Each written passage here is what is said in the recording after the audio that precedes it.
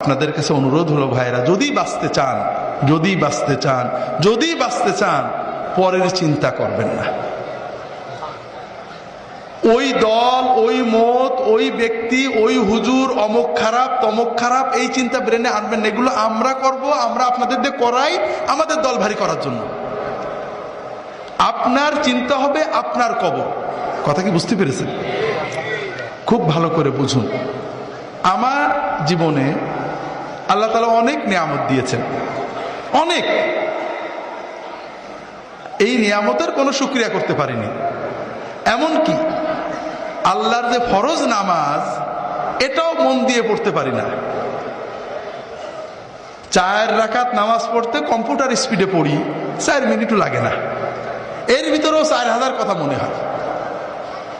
আল্লাহ যদি কিয়ামতের দিন বলেন যে তোমার এত নিয়ামত দিছিলাম, 5 মিনিট আমার দিক মন দিয়ে নামাজটা পড়তে পারলে না, আমি তোমার নামাজ কবুল করলাম না, তুমি দোজখে যাও, আমার কিছু বলার থাকবে?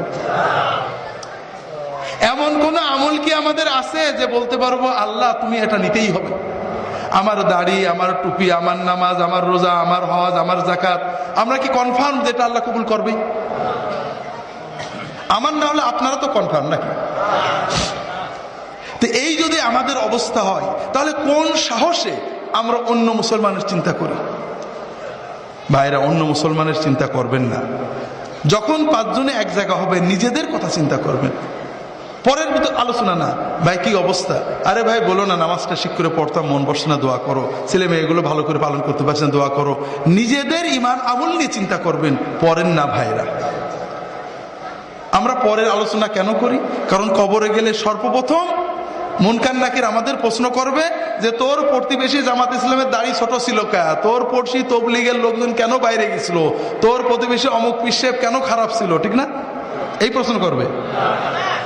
হাজরিন, নিজের কবরের চিন্তা করেন, নিজের হাসরের চিন্তা করেন। নিজে যতটুক করতে পেরেছি, যদি মনে করেন ভালো আমল করছি, তাহলে আল্লাহর কাছে দোয়া করেন।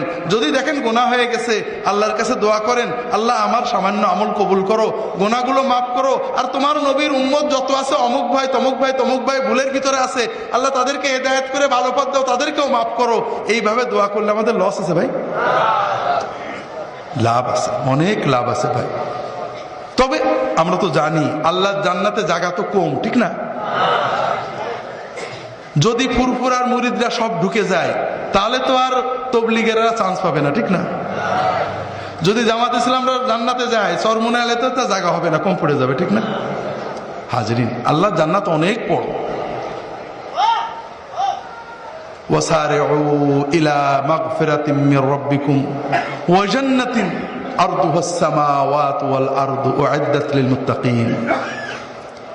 তোমরা দৌড়াও, দৌড়াতে থাকো, দ্রুত এগো সেই জান্নাতের প্রতি, যে জান্নাত আসমান জমিনের চেয়েও বড়,